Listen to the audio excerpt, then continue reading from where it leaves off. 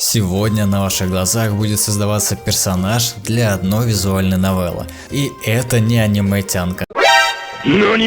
Шаг за шагом вы увидите весь процесс от моделирования болванки в ZBrush до покраски модели в фотошопе. Доброго времени суток, друзья, с вами по-прежнему Арталаски. И первое, с чего я хочу начать это видео, это, конечно же, с вот этой замечательной серебряной кнопки. Огромное вам всем спасибо, что подписываетесь на мой канал, ставите лайки и делитесь моими видео со своими друзьями. Это реально очень круто, очень приятно, и я надеюсь, что в скором времени мы дойдем и до золотой кнопки. Ну а теперь пора приступать уже к самому видео, и сегодня мы будем создавать 3D модель для дальнейшей ее обрисовки в 2D редакторе, так называемый Overpaint. Будем использовать Photoshop, ZBrush и лапки.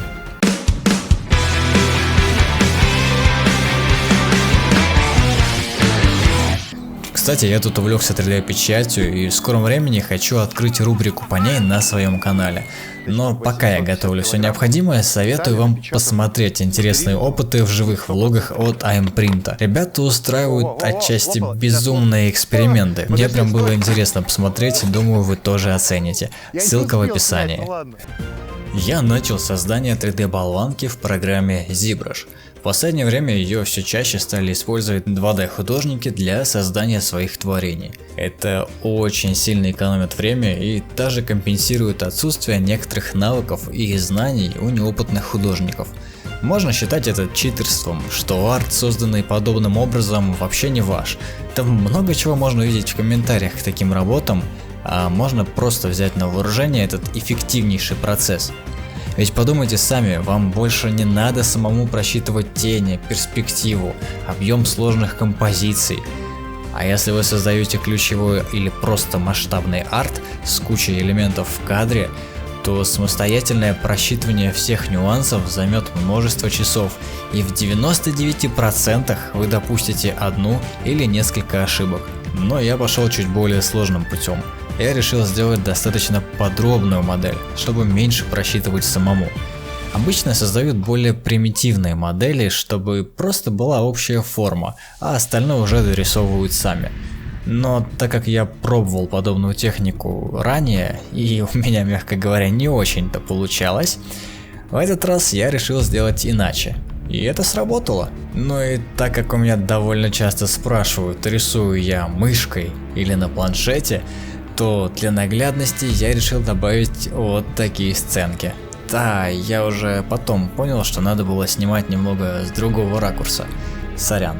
Вообще ZBrush достаточно прост в освоении. За неделю в нем можно достаточно уверенно освоиться и знать, куда тыкать. Основная сложность состоит не в том, чтобы создать модель в ZBrush, да и где-нибудь еще, а в знании анатомии, пластики, структуры различных материалов и прочим вещам, которые относятся именно к знаниям тех объектов, которые вы собираетесь лепить.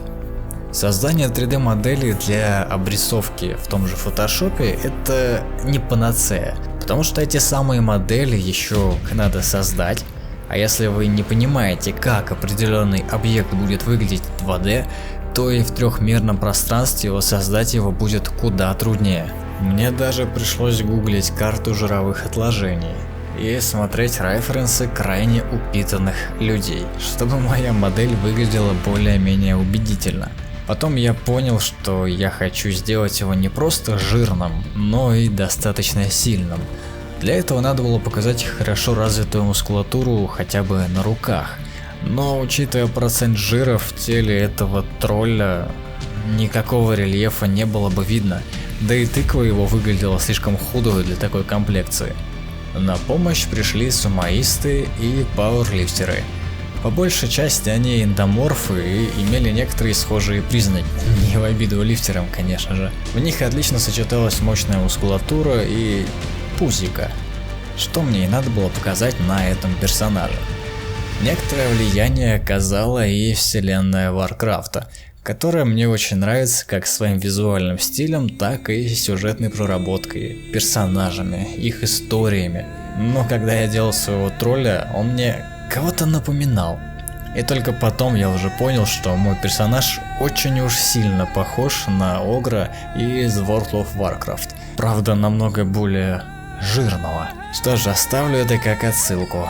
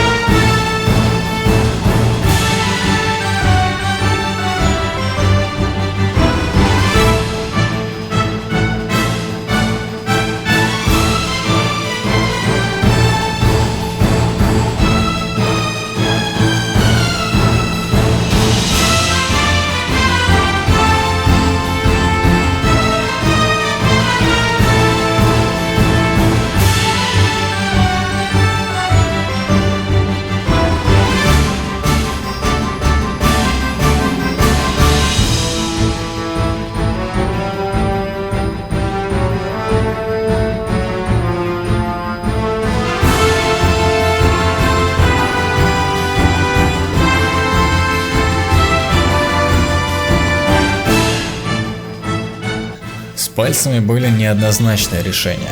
Изначально я хотел сделать всего 2 пальца, как у черепашки. Но что-то выглядело это так себе. Поэтому я решил добавить еще 1 палец, чтобы как в мультах у Диснея.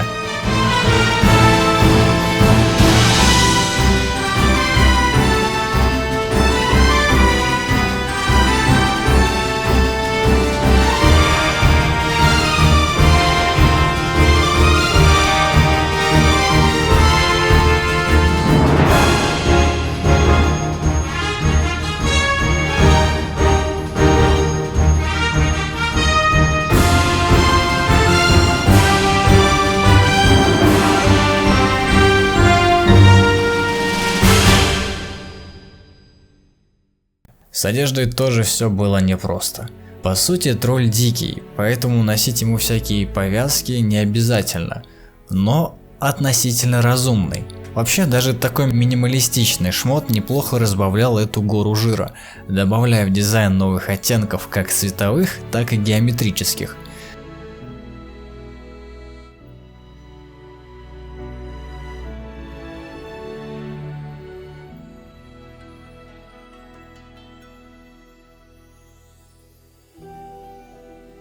По той же самой причине я сделал ему простую подвеску на шею с чьими-то зубами.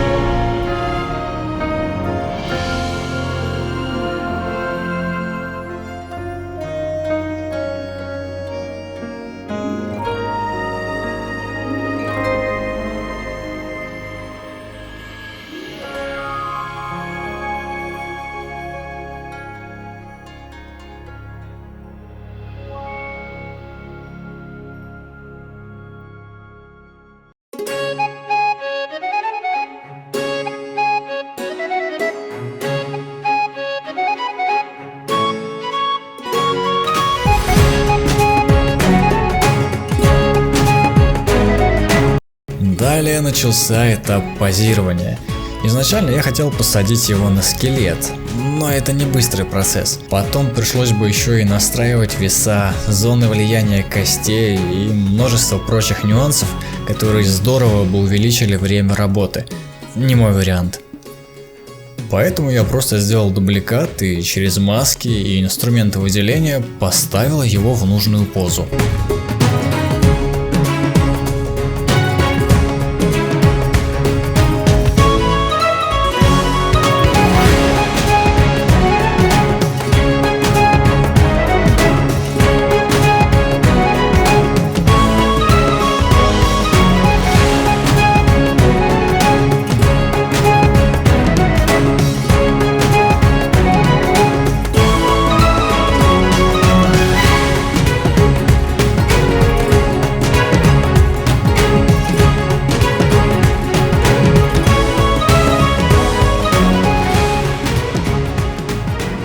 Рендер изначально задумывался в кейшоте. Ну, это must have. Однако у меня кончилась триал-версия, пришлось выкручиваться и использовать рендер ZBrush. Ну, впрочем, это тоже неплохо. В ZBrush тоже можно делать хорошие качественные рендеры, но у меня были немножко иные цели. Наконец я добрался до этапа Overpaint.